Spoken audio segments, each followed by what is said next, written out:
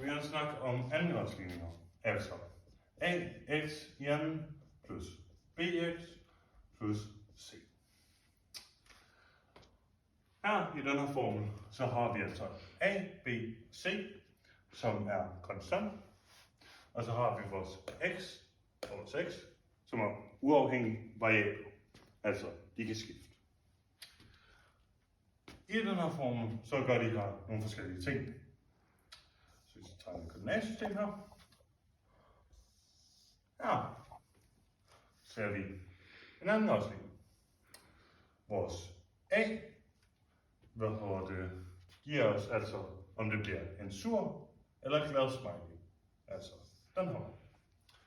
Her er vores a positiv, og her er vores a negativ. Glad smiley, sur smiley. Vores b, det vil give os, hvor langt ude vores toppunkt, altså her og her, vil være på vores andengradsligning. Så for eksempel hvis vi har en 4 her, og vores b er 4, så vil vores toppunkt ligge i 4, altså her. Og vores c angiver altså, hvor vores andengradsligning skærer på vores y-akse. Så her vil de skære, lad os sige, hvis vi laver en mere, den skærer så i 0. Her skærer den måske i minus 1, og her skærer den måske i 4. Men ja. Så har vi også en diskriminant, som altså er formlen b i anden minus 4ac, som skal har 3 forskellige muligheder for, hvor mange nulpunkter der vil være i vores formel.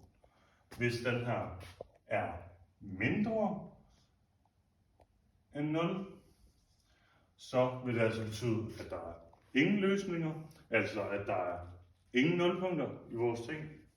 Hvis den er større end 0, så giver det os 2 løsninger, og hvis den altså er lig med 0, så giver den os 1 løsning, altså hvor mange gange den skærer x-aksen.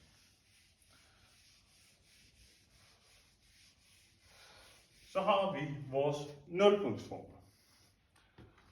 Det vil være x er lig med minus b plus minus kvadratroden af b i anden minus 4ac divideret med 2a. Og så har vi vores andengradsligning, som er ax i anden plus bx plus c,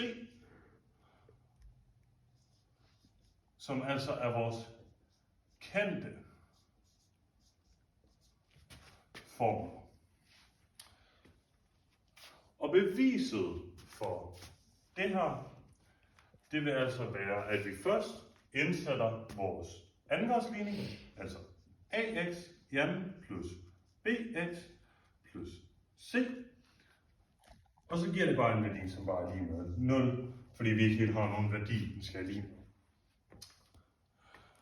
Så går vi fra det og ganger det så med 4a på begge sider, som vil så hedde 4a x i anden, eller 4a i anden x i anden plus b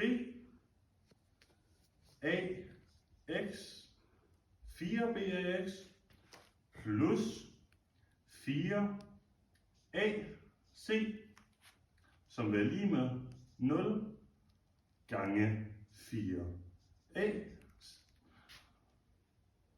som giver det samme som bare 0. Så tager vi samme formel, som vi lige har skrevet op, altså det er 4 an xn plus 4b ax plus 4 ac, og plusser det med b i anden, og det gør vi så på begge sider, som vil så give os 0 plus b i anden, som bare vil give os b i anden herovre. Så tager vi vores formel, vi har heroppe, altså hele den her formel, 4 an x i anden plus 4 bax plus 4 ac plus 2b, eller b i anden, og så minuser vi det med 4 ac, og det gør vi så selvfølgelig på begge steder, så vi får b i anden minus 4 ac, for at få det her op. Så nu har vi hele den her formel, minus 4ac, så vi tager altså bare det her 4ac, vi har her, væk, som vil give os formlen 4a i anden, x i anden, plus b, 4b ax, plus 2, eller b i anden, er lige med b i anden minus 4 ac. Så omskriver vi det her, så det vil være nemmere at bruge første kvadratrodsætning. Så vi omskriver det altså om til 2ax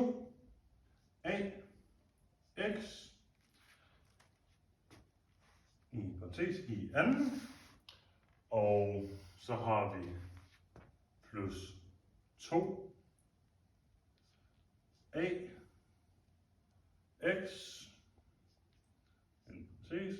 b plus b i anden, og som er lige med vores b i anden minus 4 ac, siden vi ikke skriver det om på den side. Så vi har altså det her. Så anvender vi vores første kvadratsætning, som giver os altså formlen 2, eller parentes 2ax plus b, slutparentes i anden, som så stadig er lige med det her b i anden minus 4 ac på den her side. Og så bruger vi kvadratroden på begge sider, som så vil give os 2ax plus b. Siden det er i anden herovre, så giver det os bare det samme, som vi har inde i parentesen, når vi bruger kvadratrodet. Og så vil det give os en kvadratrod herovre, som hedder plus minus b i anden minus 4ac.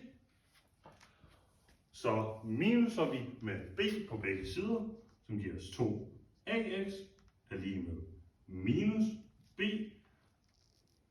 plus minus den her kvadratsætning, altså b i anden minus 4ac, som vi har her. Og så dividerer vi med 2a på begge sider, for at få a væk herover, som vi bare har isoleret x. Og så får vi altså det her, at x er lige med minus b plus minus kvadratroden af b i anden minus 4ac divideret med 2a, som altså er det samme, som vi har til vores nulpunktsform.